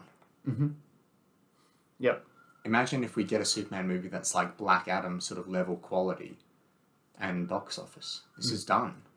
And James Gunn's last movie, The Suicide Squad, made like $100 million at the box office and cost like $200 million to make. So he lost the studio hundreds of millions of dollars in his last film. Sure, there was COVID and HBO Max release date considerations, but that's his history. People aren't going to show up to see James Gunn at the theatres. It just becomes a question of whether they're going to show up for the Superman on the poster. And if it's someone like Timothée Chalamet, I don't think they will. No. So, yeah, there's a few other things we could talk about. Like, obviously, James Gunn's bringing his wife into the universe, which I think is just a poor thing for him to do from a personal PR It's just standpoint. hypocrisy, you know? Yeah. I just think it's a dumb move. Like, an executive wouldn't do that. Kevin Feige wouldn't put his own wife into a project. It just seems like a very dumb thing to do. And he continues to do it, despite the fact that she was in the last universe. I mean, he introduced her in his own movie, The Suicide Squad, and she keeps appearing in Peacemaker and Black Adam, and she's presumably going to appear in this Waller show. And so I just think that's a dumb move from him. What do you think about the James Gunn and Peter Safran dynamic? Peter Safran obviously is also the CEO of DC. They're co-CEOs, which is very weird. There aren't a lot of great leaders who are co-leaders. I think it's a good idea. On paper, I think it's a good idea to have a 50-50 split, because no one can say to the other person, this is what we want. And you've always got two people that can have difference of opinion. So you're not going to have one person that's going to make a movie solely because it's a passion project of his, even though James Gunn's saying that. I'm sure Peter Safran has turned down some stuff that James Gunn's wanting to do. I hope so. And I hope so too. And James Gunn's turned down stuff that Peter Safran's wanting to do. I think the issue is that it's not 50-50. At least is what I've experienced from the announcement of James Gunn's hiring as a co-CEO of DC Studios. He's kind of the face. You know, you see any video or any news article or anything, they're only talking about James Gunn. It seems to me like it's more 60-40, 70-30, where Peter Safran's taking the backseat and James Gunn's doing all of these movies that are passion projects of his. If it was a complete 50-50 split, where you had two people that were confident enough to go against each other and, you know, keep each other in check, I think that would work fantastic. But we'll never find out the actual the role that these two people are playing, because neither James Gunn or Peter Safran or DC is going to say, hey, one of these people is actually in control. Yeah. The other one's just there for fun, or to keep the other one in check maybe, but as it stands right now, I think Peter Safran is the more sane of the two. Peter Safran... He seems to be a lot better at talking to the media. Yeah. Surprise, surprise. The executive's better at it than the director, who got fired 5 years ago. Just his comment with Batgirl alone has made me have faith in, you know, Peter Safran and what he's doing for this universe, because he knows that movie was trash, and he's not afraid to say it. And he came out and he said, look, there are talented people in front and behind of the camera for that film, but it was unreleasable. And that's a classic executive line, because that's saying, all due respect to the directors and the stars of that movie, it was bad, and we couldn't release it. Now, myself, reading that comment, I think, well, if they were actually talented people in front and behind of that movie, it would have been good. So they're obviously not that talented. Yeah. And that's probably what he thinks as well. But he's saying, he's trying to save face. You know, he's doing the executive thing where you've got to appease everyone. You've got to give a bit of peace to everyone and say, you know what, you're a talented person. On the record, you're a talented person, but we couldn't release this movie. That's it. The end. There's no, maybe we'll release it down the track, or, you know, we'll get them back and we'll do some other projects or whatever. Nope. It was a bad movie. It's not He was out. very blunt about it, which Whereas is what I James appreciate. Gunn, he would just run his mouth and he'd just say all sorts about, like, he would say, oh, we're going to have Batgirl in our universe. Maybe at some we'll point. revisit this later on. And down then the people road. will say, oh, you're going to hire the same actress back. And he's like, oh, no, I can't commit to that. Yeah. And, so, and then he gets himself in trouble. You know? Yeah. So maybe Peter Safran should be the one that's in charge of the press and the media. James Gunn needs to get off Twitter. James Gunn needs to stop. He needs to stop announcing stuff. Yeah. And he needs to stop talking. Really, he needs to just get on with that's it. That's the thing. James Gunn is the artistic person here. I know Peter Safran's obviously done his own stuff, but I can't think of any movies he's made. He seems like more of a corporate person than James Gunn. 100%. Whereas, James Gunn should be the person that's laying out the plans, obviously in conjunction with Peter Safran. But James Gunn should be solely doing the artistic stuff because that is what he's been brought up to do. He shouldn't be, making calls as to who they're hiring, who they're firing, and what they're doing with that, because that just hasn't planned and turned out well for him at all. Yeah. All right, so we are going to have two Batmans in comic book media now. We're going to have the Batman Part 2 with Robert Pattinson playing Batman. And then we're also going to have, presumably we're going to have another new Batman who's going to be the father of Damian Wayne, so he has to be a bit older, which makes me question, why would you just use Ben Affleck and not reboot the universe? It's just so confusing to me. What do you think about having two Batmen at once coming out in movies that are probably going to be a year or so after each other? How do you think the normies are going to take that? Like, the general movie-going audience. How are they going to respond to seeing one Batman on a poster and then 6 months later seeing another Batman on a poster? I can't think of any instances where that's actually happened in comic book media, where you've had two characters that they might be from different comic runs, but they share the same name. I can't think of any instances where that's happened. Us as avid, viewers of comic book media, we will understand that these are two separate movies and they're different. Yeah. But someone who doesn't follow, James Gunn's constant announcements and, keeping up with what's going on in the DC world, they won't understand that there's a DC Elseworld and that there is the DCEU. And it's not like they can advertise it on the poster. They can't say, this is a separate Batman from the Batman, or in another world, or something. You can't do that. So your normie, like you said, your normie comic book viewers, they're going to rock up to Batman, the Brave and the Bold, and they're going to wonder why Robert Pattinson isn't in the movie. It just seems a bit stupid that they have planned to do this Batman movie universe at the same time that they're trying to set up this DC universe. And I understand that James Gunn came in at a point in time where that was sort of out of his control. But the people that are running DC have really set it up for failure here. And I think the decision by the previous regime to allow Matt Reeves to do a Batman movie that's not connected to the DC was one of the crucial mistakes that they made very early on. Because that was supposed to be Ben Affleck's movie that he was directing. And then he said, oh, actually, I don't want to direct it. I want Matt Reeves to come in and direct it. Matt Reeves came in and said, I don't want to do a movie with you. I want to do something separately.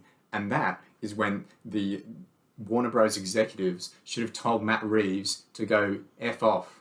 If you want to come work for us, this is what you do. If not, see you later. Try again in 10 years. But they let him do it. And they let him take one of their most valuable IPs, Batman, out of the DC universe. And it's suffered ever since because Ben Affleck's been here or there. Is he in or is he out?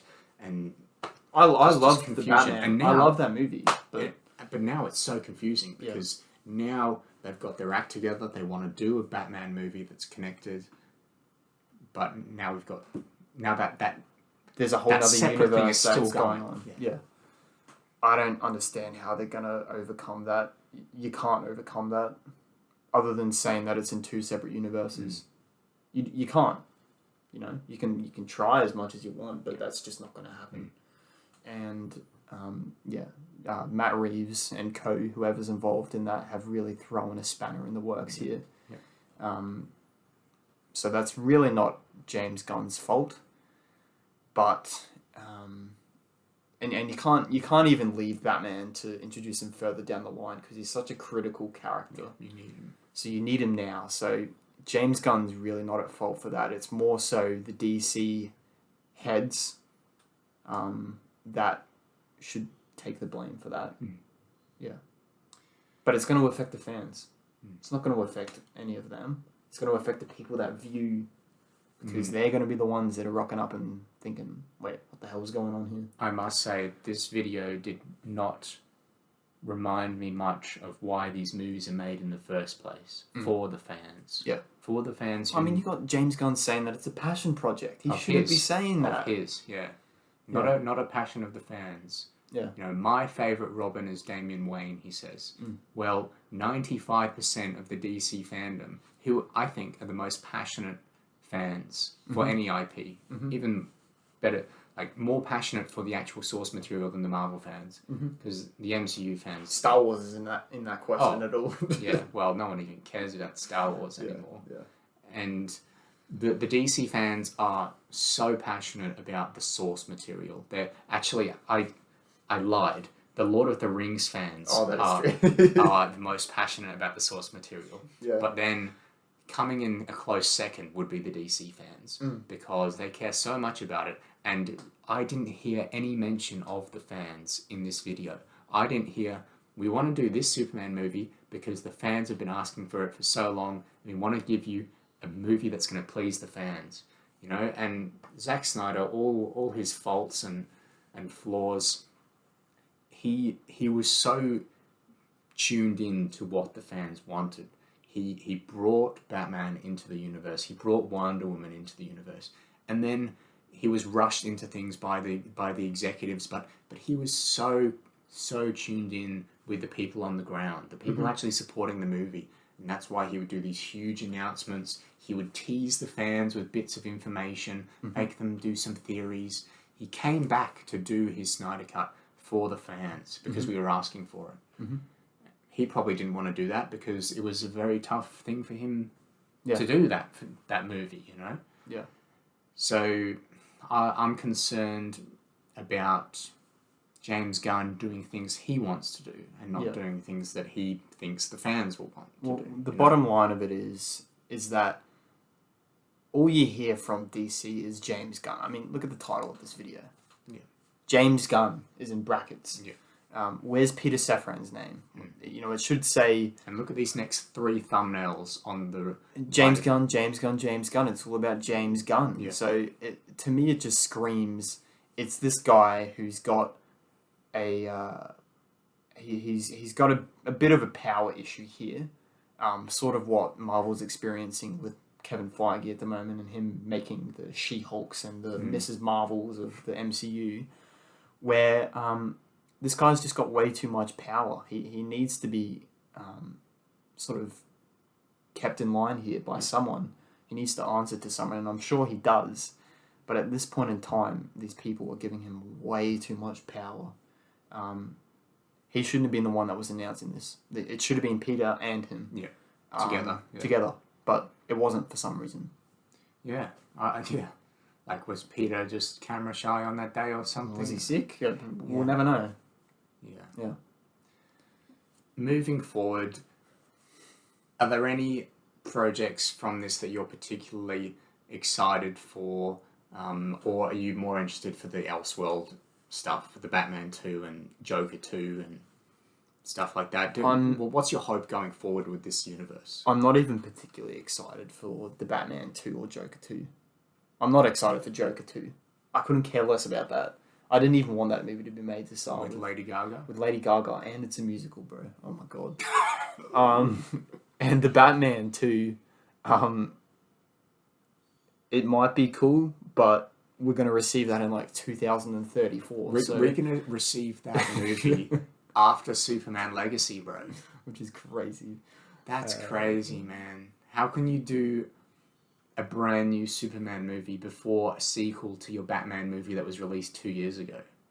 Or like a year ago, rather. And let's not forget, when we were talking about the whole Batman issue before, with, multiple characters being in the two universes, you're going to have Joker in two universes. You're going to have the Riddler in two universes. You're going to have Mr. Freeze in two universes. Right. You're going to have all these characters living in two universes. Yeah.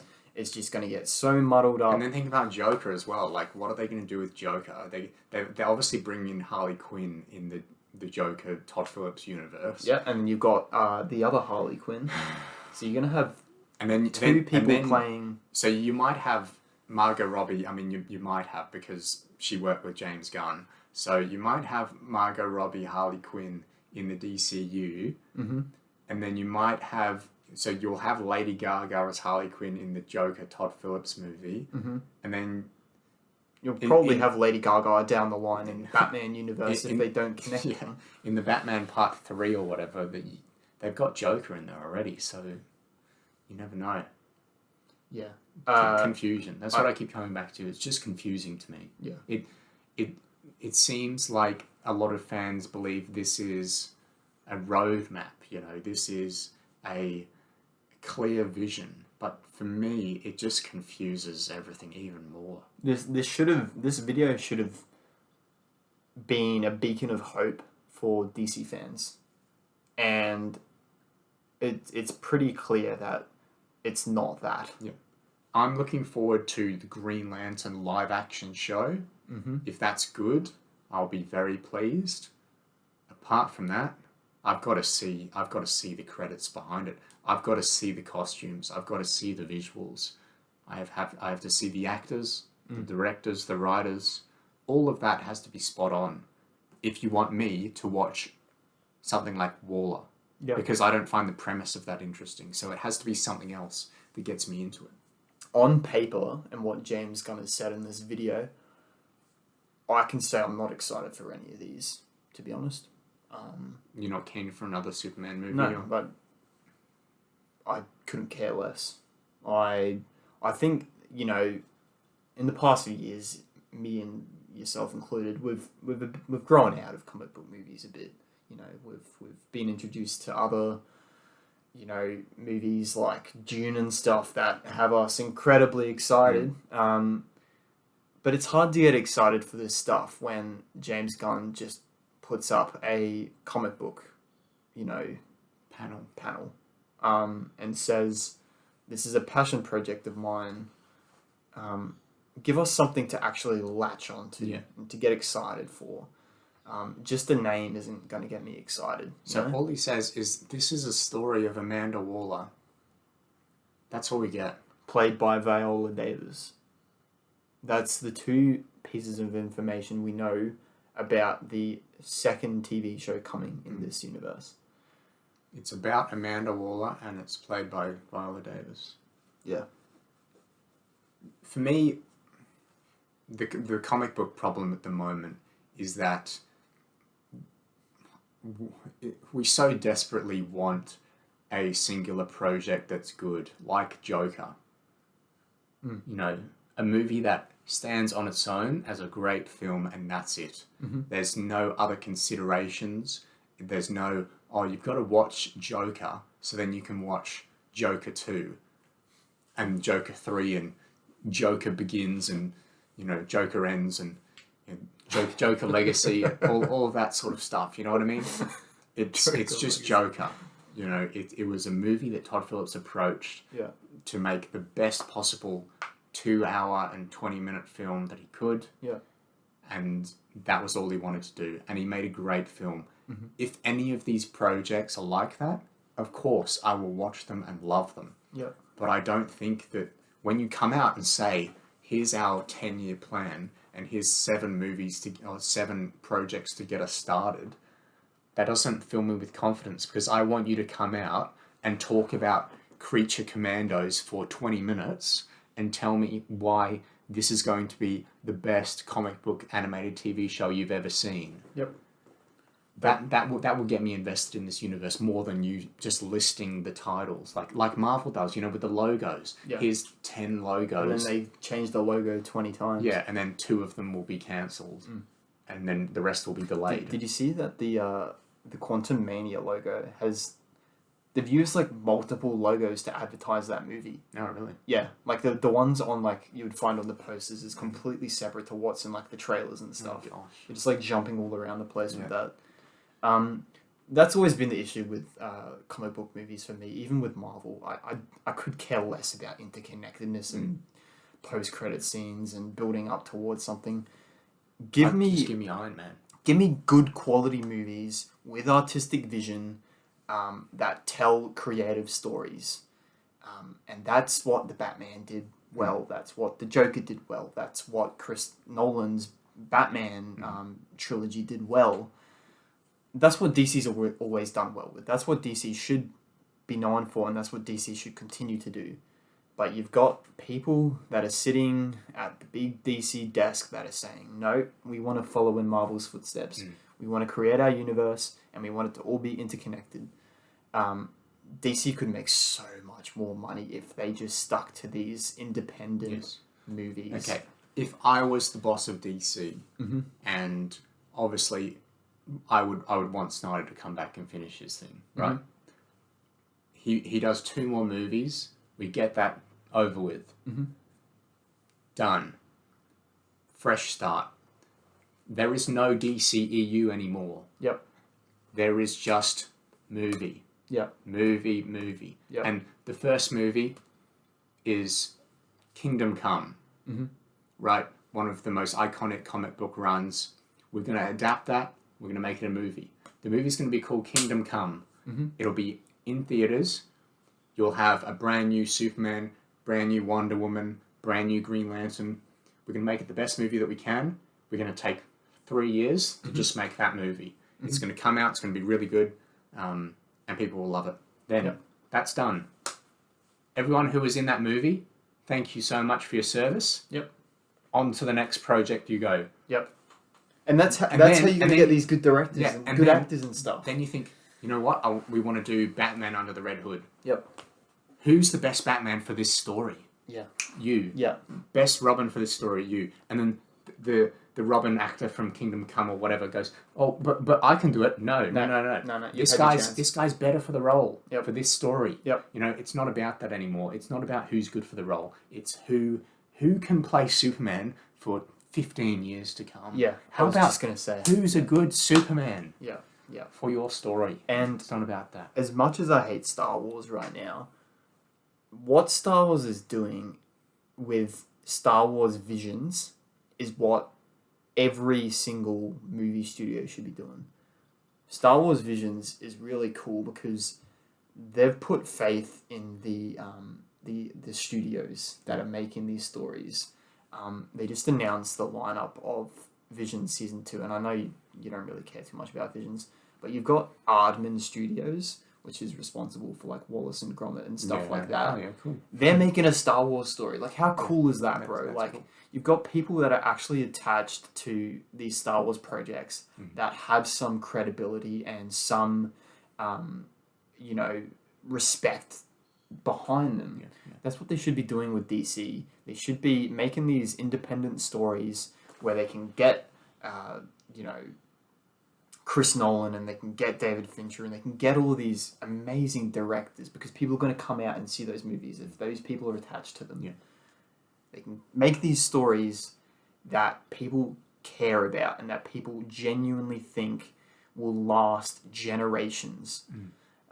But no, they think the money lies in the interconnectedness because that's what Marvel's doing. Marvel's eventually going to fizzle out. Yeah. They can only do this up to a certain point and people are going to get sick of it. And they can't end it. Like, financially, you can't just dismiss all of those people from, those thousands of workers. You can't just say, sorry guys, we've ended the MCU for artistic purposes. Yeah. You're no longer employed. Yep. You've got to just keep going until the market tells you that your company's dead. Yep. That's what they'll do. They'll run it into the ground. Yep. Because I don't think they could reboot it. I think if they start again with Iron Man, everyone will just say, well, Robert Downey Jr. was better, and then we'll never recover from that. Marvel has both simultaneously started and destroyed the comic book. Yeah. It's fascinating, really. Yeah, it is. It'd be an interesting story to have a chat about. It'd be a great documentary. Yeah. Like, just interviewing, Kevin Feige in 30 years' time, 20 years after he's been fired from the MCU, and really getting his honest thoughts, and getting people like James Gunn, Henry Cavill, like all of these people, but these guys would never talk openly and honestly about their philosophy. In this point in their career, when they're retired, they will. No, I don't know. I think even that, because they get put on NDAs and stuff. That is true. It's all a huge regime, but look, at the end of the day, if these projects are good, I'm going to watch them, but I've lost so much faith in the Hollywood machine, and especially the comic book media machine, that if you just come out and announce 15 projects, that's not going to get me excited, because once upon a time I got excited for a new Buzz Lightyear film being released, and I still haven't seen that movie, because I just know that it would be so bad. Yeah. And so from now, I just don't get excited from this logo announcement stuff anymore. Yeah. But what would get me excited is the details, but it seems like they haven't even worked those out yet. So I guess we'll wait and see as to whether this will be successful or not. But I mean, good luck to James Gunn. He's got a hell of a lot of work to do. And our viewers won't be hearing from us, because we'll figure this out in 10 years' time when we're probably not a channel anymore. So, just try to find us wherever we are. Then ask us how we feel about Superman Legacy. But honestly, like, it's entirely possible that we never see any of this. Oh, 100%. Because that's exactly what happened the last time DC said that they were having another 10-year plan after Snyder left. Yeah. So, best of luck to you, James Gunn, and wish you all the best. And Peter Safran. Oh, yeah, don't forget him. Sorry, Peter. Yeah. Poor guy. At least if it all goes wrong, like... He won't take the blame.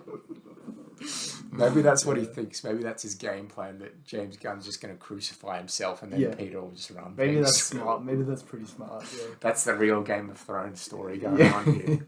All right, so that's been our thoughts on, the quick but powerful video that James Gunn released. 5 minutes, but a lot of stuff to talk about from there. So it was good to get the Rewatch pod on it and discuss that, because it's a huge announcement for just our sort of space, really. Yeah. So, well, before we get this next Superman movie, enjoy the next 2 Avatar films, and enjoy Dune Part 2, and maybe even part like 50,000 MCU movies, and Disney Plus TV shows. So. So we'll leave it there for now. Thanks very much for listening. You can follow us on Instagram at the Rewatch Pod. Follow us on YouTube, Spotify, anywhere you can listen to podcasts. We'll release this on both platforms. Thanks for supporting, and hope you enjoyed us chatting about good old Mr. Gunn. Yes. Right, yeah. See ya. See you guys.